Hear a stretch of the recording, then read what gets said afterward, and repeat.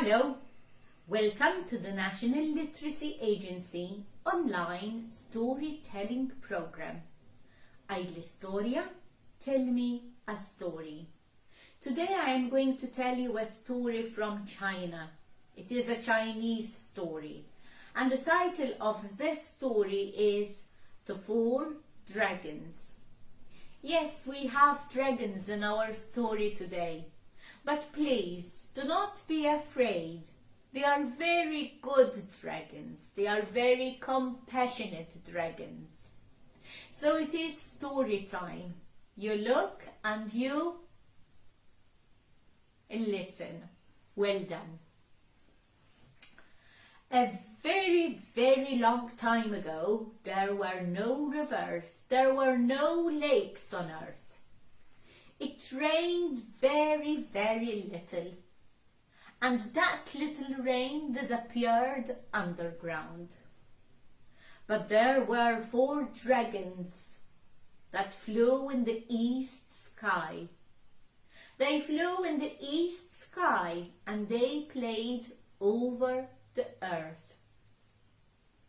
One day, as they were playing, they looked down and they saw that the people were kneeling down and praying. They were praying to the gods for rain. It was not raining. Their crops were dying. Their children were dying. As the dragons looked down, the earth was as dry as bone. The children were so thin, you could count their ribs. And they saw children with swollen, hungry bellies.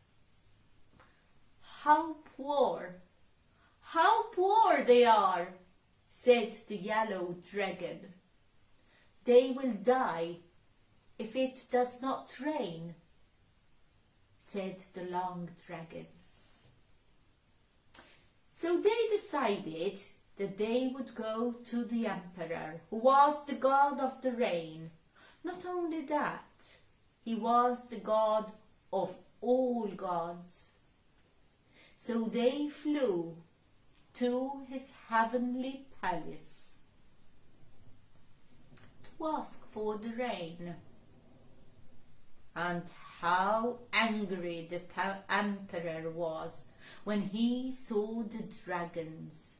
How dare you come to this heavenly palace when you don't even have an invitation? But the long dragon was quick enough and he said, "We only came here to ask for rain. Let it rain, please. The people on earth are very poor. Their crops are dying. Their children are dying. Go away. I will make it rain when I choose to. Go away." And they begged. And the emperor said that it will rain if they left. So they flew back to the east sky. They were very happy, for they really thought that the emperor would keep his word. 10 days had passed, and there was no rain. The people were eating the bark of the trees. They were eating grass roots, and some were even eating white clay. The dragons were very, very sad. The long dragon said, "We have to help." And the yellow dragon said, "Yes, but how can we make it rain?" And the pearl dragon agreed. But the black dragon thought of the sea. "There is plenty of water in the sea. What if we flew down to the sea and scooped the water in our mouth? and scooped the water on our wings, and we sprayed that water to the sky. It will become rain. And that is what they did. They flew down to the sea. They scooped water in their mouth. They scooped water on their wings, and they sprayed it all towards the sky. And they were coming back and forth, making the sky so black, until it was raining. It was raining and raining and raining, and the people were all so happy. They were leaping with joy. The crops were safe. Their children were safe. But the sea sent his gods to the emperor, and the gods reported what the dragons had done. Wasn't the emperor angry? How dare they? How dare they make the rain without telling me? And the emperor sent his armies. And the army was huge. It was too big for the dragons to overcome. And they were soon in front of the emperor. How dare you make it rain without telling me?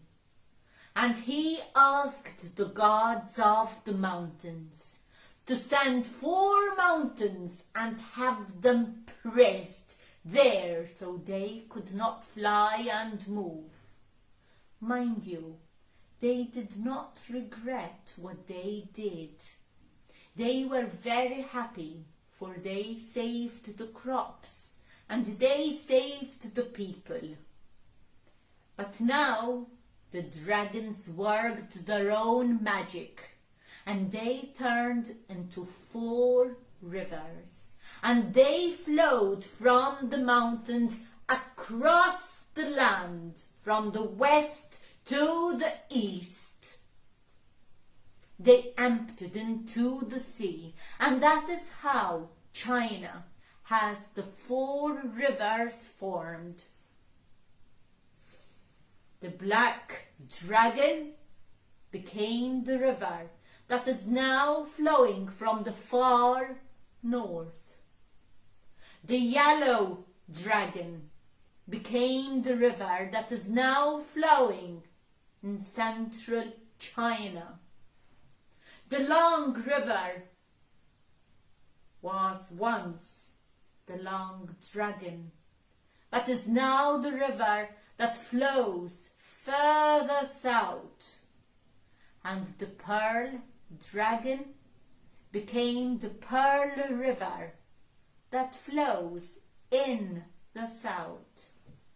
And when the rain stops, the people can go to the river. They can take all the water they need. They keep their crops alive. They keep their children alive. So that is the end of our story today. But now you have a challenge. I would like you to look at the Chinese map. Look at the Chinese map and look for the 4 rivers. See what the rivers are called. Naturally, the names would be in Chinese. They are not called the Yellow River or the Black River or the Long River or the Pearl River. So, for your own information, look up the rivers on the Chinese map. And if you like, you can send us the names of those rivers at the National Literacy Agency. Thank you very much for joining us and listening. I do hope you enjoyed this story today. Bye-bye for now.